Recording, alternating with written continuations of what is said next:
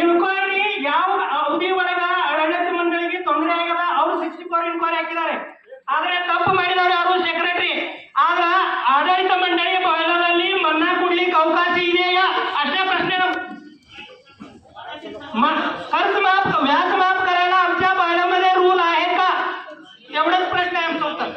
एवढंच द्यायचं. बाहेर जायचं नाही. कर्ज व्याज माफ करायला सेक्रेटरीला नियमानुसार येते का? आणि या बसलेल्या कमिटीला पावर आहे का?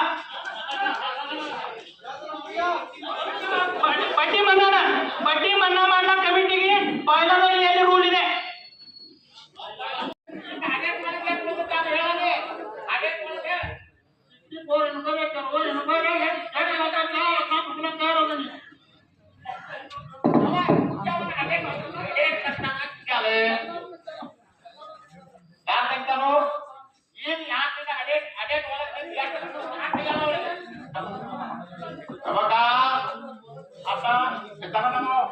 सहा महिन्याच्या मागे तुम्हाला करून दिलं का नाही? तर त्या लोकांनी एक 20-30 लोक सोसायटी नेले त्यांनी त्यातलं पैसे 11 लाख का 10 लाख रुपये राहतं. कुठे गेला तू? 9 लाख वर काय तर पैसे शिल्लक राहतं ते.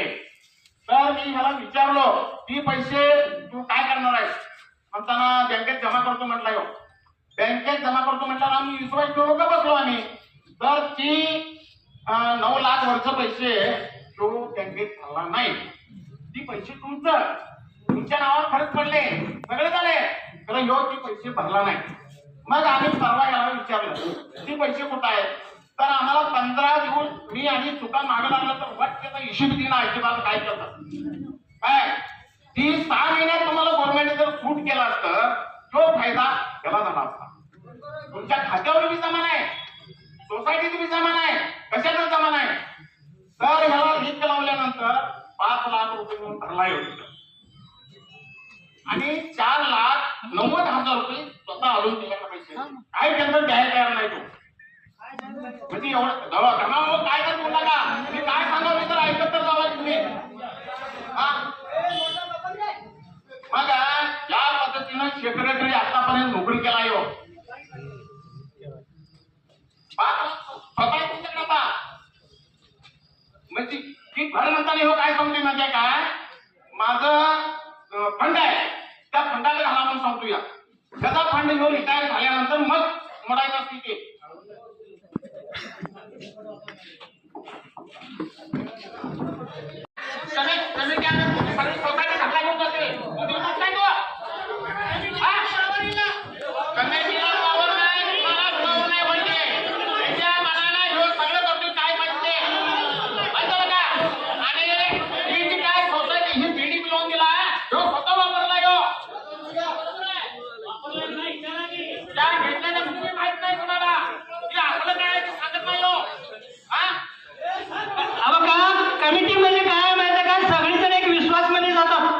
विश्वास हा सहकार संघ मध्ये एक मोठा मोल आहे. त्याला किंमत बंधायला कोणालाच एक नाही.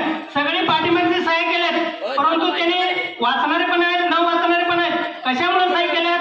विश्वासामुळे. सेक्रेटरी आहेत विश्वासानं प्रामाणिकपणानं काम करतोय म्हणून. परंतु त्यांनाच मी पण सांगितलं की